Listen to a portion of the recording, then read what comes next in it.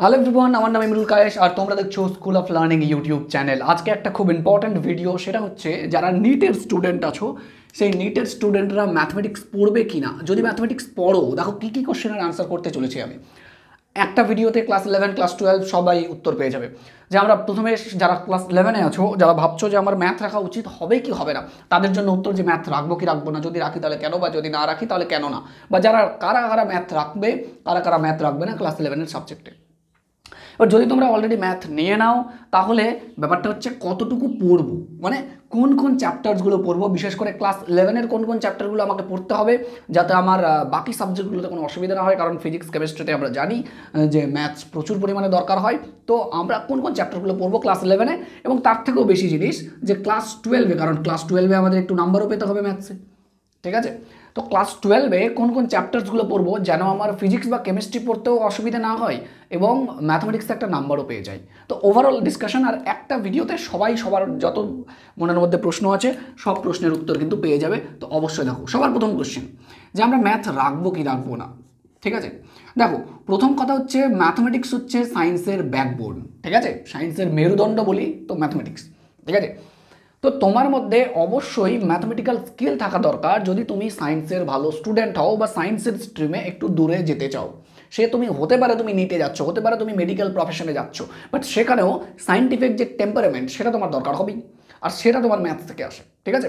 তো ম্যাথমেটিক্স একটা ব্যাকবোন সায়েন্সের, তো সেই ব্যাকবোনকে, সেই আসল যেটা জিনিস সেইটাকে পড়বে না সেটা হতে পারে না, তাহলে তোমার বাকি জায়গাগুলোতে ঘাটতি থেকে যাবে। কারণ ম্যাথমেটিক্সের রিলেশন ফিজিক্সের সঙ্গেও ডাইরেক্ট আছে, কেমিস্ট্রির সঙ্গেও ডাইরেক্ট আছে। তো তোমার যদি মনের মধ্যে একটা প্রশ্ন থাকে যে আমি ম্যাথস রাখবো কি না, এটার একদম উত্তর হচ্ছে অবশ্যই রাখবে।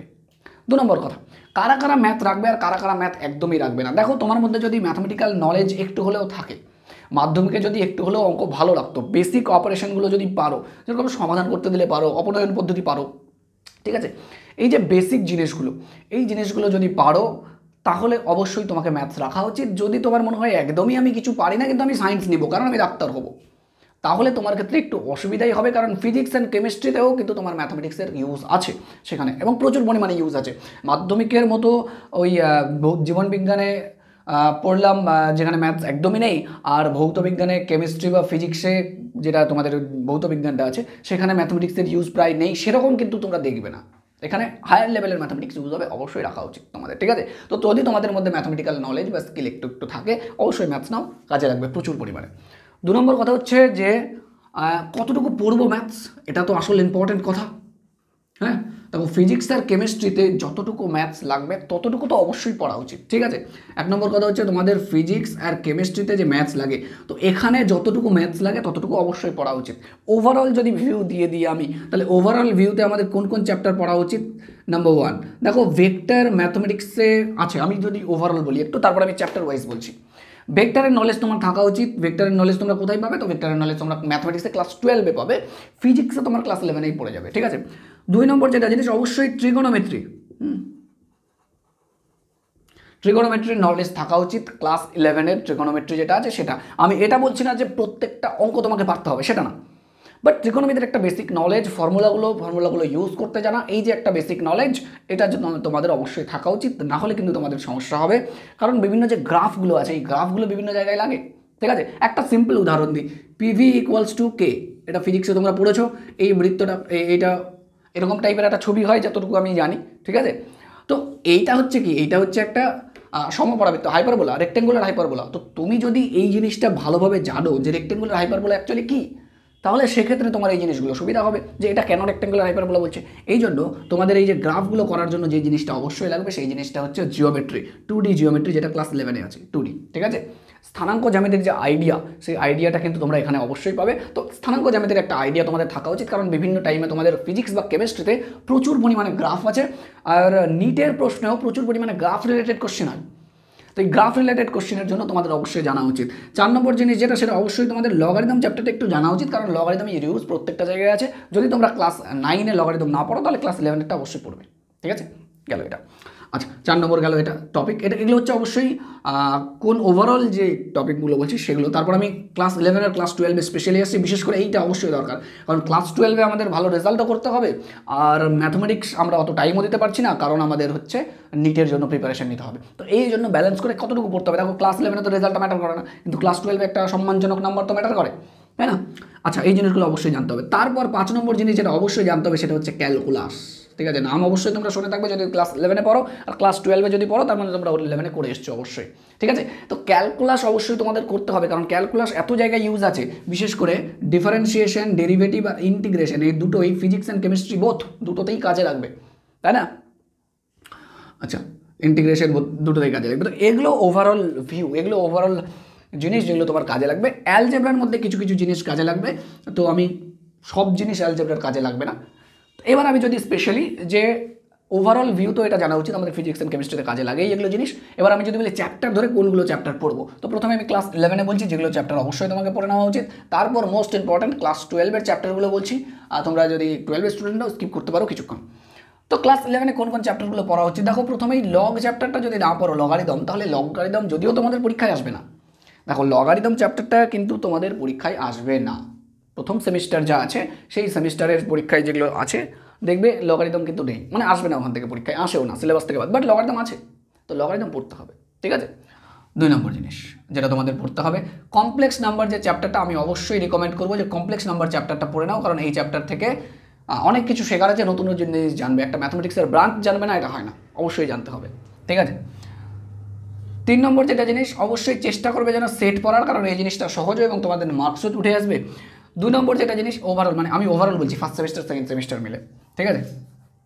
তো সেট থেকে ওই জিনিসগুলো একটু পড়ার চেষ্টা করবে। আমি বলছি না যে একদম সেট সব কিছু একদম পড়তে হবে সেটা না, বাট সেট একটু পড়বে তোমরা, অবশ্যই পড়ার চেষ্টা করবে এখানে, কারণ এখানে ফাংশন আছে, ফাংশন খুব কাজে লাগবে, সেটের সঙ্গে আছে ফাংশন মানে অপেক্ষক, এই জিনিসগুলো কাজে লাগবে।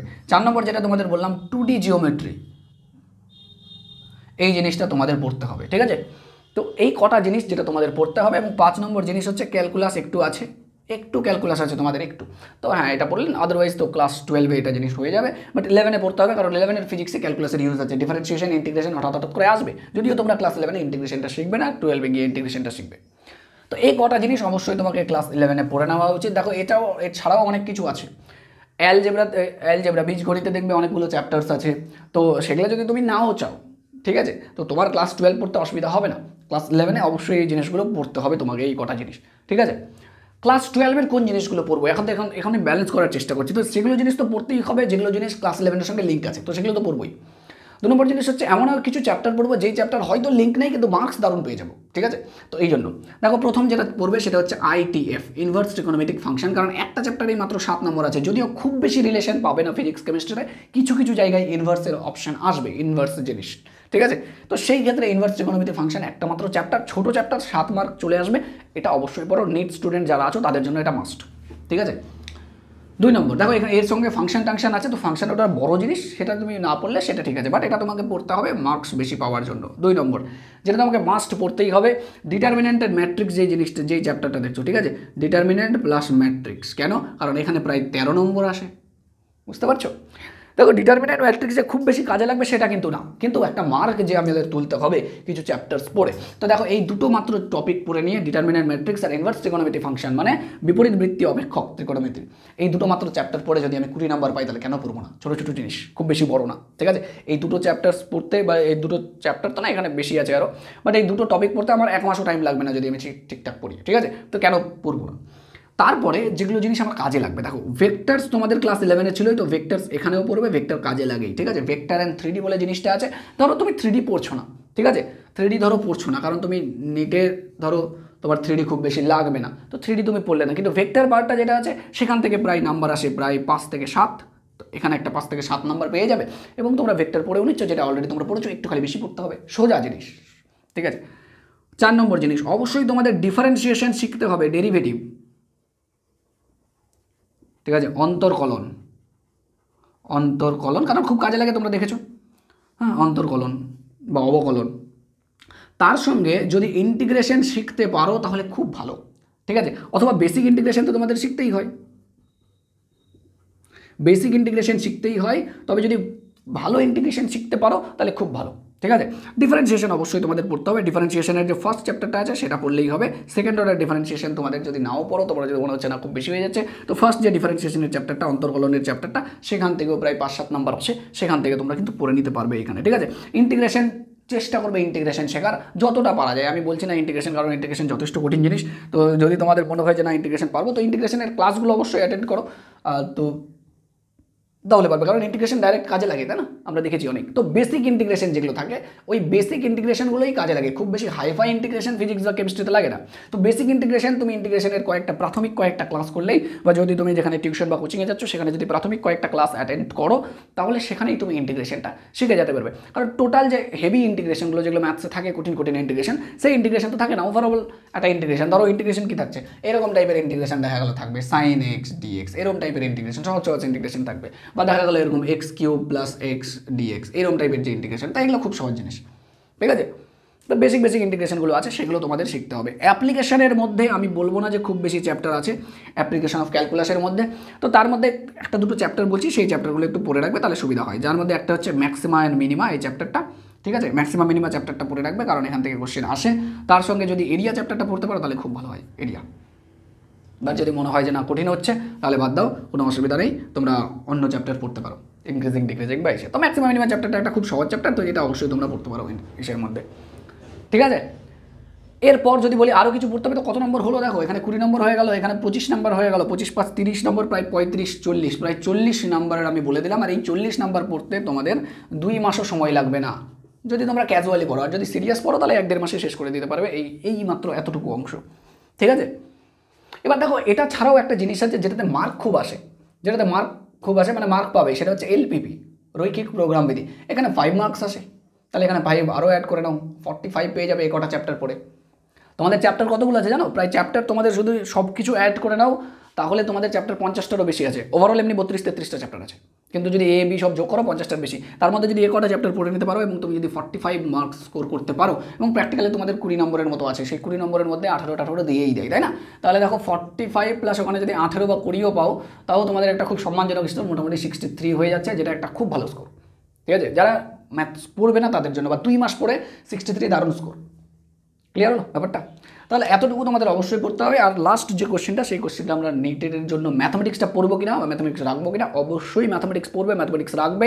কারণ এর ফলে এই যে ম্যাথমেটিক্সের এই জিনিসগুলো পড়বে, এই ম্যাথসগুলো পড়বে, তার ফলে তোমাদের ফিজিক্স আর কেমিস্ট্রিতে যে ক্যালকুলেশনের পার্টটা, সেই পার্টটা স্ট্রং হয়ে যাবে। আদারওয়াইজ কী হবে, ফিজিক্স বা কেমিস্ট্রিতে তোমাদের যখনই ক্যালকুলেশনের পার্ট আসবে, কোনো একটা হিসাবের পার্ট আসবে, তখন ফিজিক্স আর কেমিস্ট্রিতে আমাদের এটাই করতে হয়, বিশেষ করে ফিজিক্সে বড় বড় ডেরিভেশন করতে হয়, তাই না?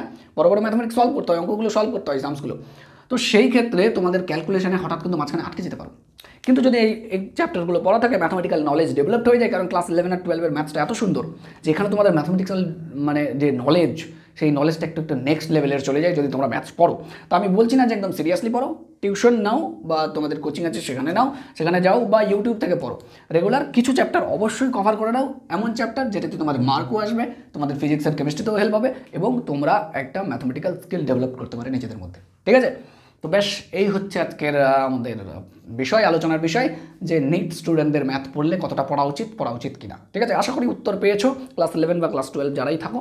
অ্যান্ড দেখা হচ্ছে নেক্সট ভিডিওতে।